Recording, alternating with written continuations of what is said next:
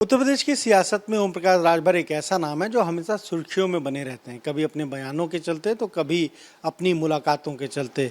अभी ओम प्रकाश राजभर के घर में जब उनके बेटे की शादी का रिसेप्शन हुआ, बीजेपी के तमाम दिग्गज पहुंचे।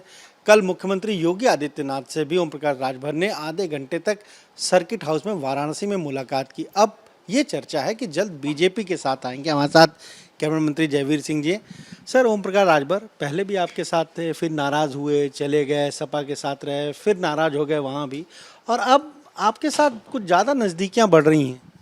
देखिए, लोकतंत्र में मिलना मिलाना, शिष्टाचार भेंट, शिष्टाचार रूप से अपने कार्यों के बारे में सरकार को मिलना जुलना ये बना रहना चाहिए। और अच्छी बात है कि लोकतंत्र में संवाद पार्टियों के बीच में, लोगों के बीच में बना रहा है।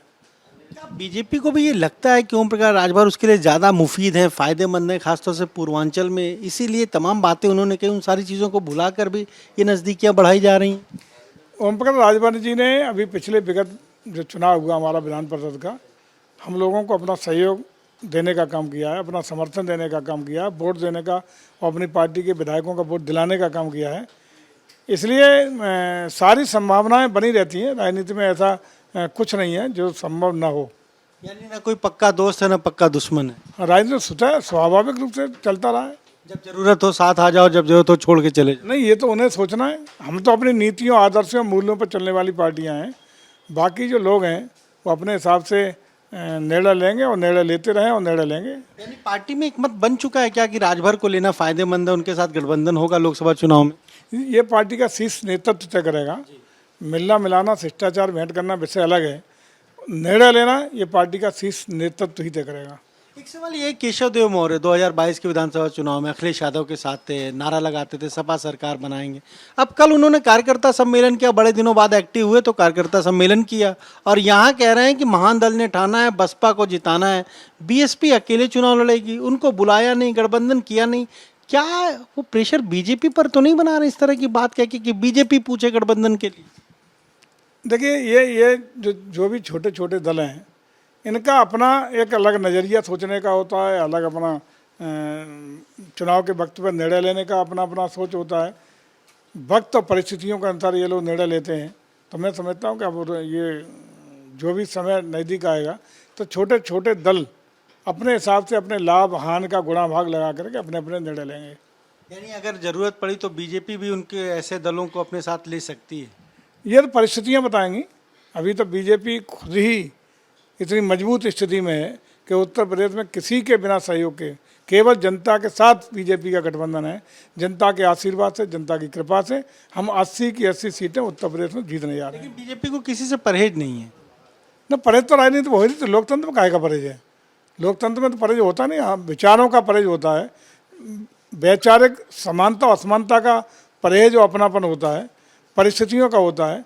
ऐसा स्थायी रूप से कहीं किसी के लोकतंत्र में संवाद चलता ही रहना चाहिए, उसमें कोई अछूता नहीं होता। ये आप लोग बड़ा आरोप लगाते थे अखिलेश यादव एसी में बैठते हैं, राजनीति करते हैं, अब तो फील्ड में उतर रहे हैं, रोज पार्टी कार्यालय आ रहे हैं, लोगों कार्यकर्ताओं से मिल रहे हैं, कह रहे हैं भाई गुटबाजी छोड़ो तभी बीजेपी को हरा पाएंगे।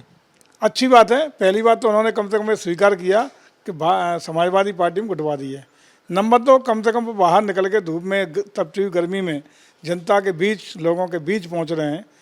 अच्छा है, लोकतंत्र में तो ये होना ही चाहिए कि जनता की। मुश्किल आपके लिए फिर होगी अगर लोग उनके साथ जुड़ेंगे, वो मजबूत होंगे तो। अब ये तो परिस्थितियाँ बताएंगी, लेकिन जनता के बीच में जाना चाहिए। किसी भी प्रतिपक्ष का काम है कि जनता के बीच में, किसी भी राजनीतिक दल का, प्रतिपक्ष हो, सत्ता दल हो, लेकिन जनता के बीच में रहना, उनकी समस्याओं को समझना, उनकी समस्याओं के लिए संघर्ष करना, समस्याओं के लिए समाधान निकालना, ये लोकतांत्रिक व्यवस्था में समाज जो भी राजनीतिक दल हैं उनकी जिम्मेदारी है। एक आखिरी सवाल है, जिस तरह से अभी गाजियाबाद में धर्मांतरण हुआ है, गेम, ऑनलाइन गेम खेलने को लेकर ऐसा ब्रेन वॉश किया कि धर्मांतरण की कोशिश थी, अब मुख्यमंत्री ने सख्ती दिखाई, कहा कि 2 साल में जब से वो कानून आपकी सरकार लाई उसके बावजूद 400 से ज़्यादा मामले आ गए, 800 से ज़्यादा गिरफ्तारियाँ हो गई, ये रुक नहीं रहा।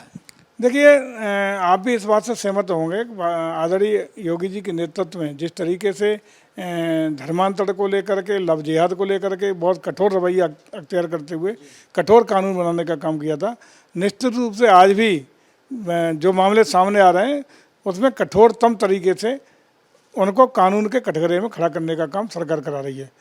निश्चित रूप से, लेकिन चिंता का विषय है कि अपरिपक्व बच्चे जो 18 साल से कम के बच्चे हैं उन बच्चों को अपने जाल में फंसाने का, इस तरह के कृत्य करने का जो एक उपक्रम सुनियोजित तरीके से चल रहा है वो चिंतनीय है।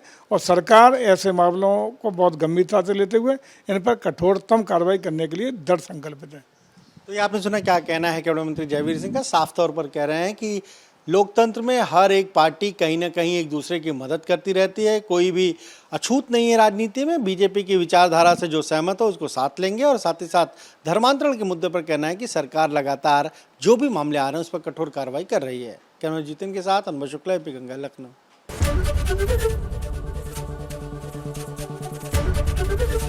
एबीपी गंगा, खबर आपकी, जुबान आपकी।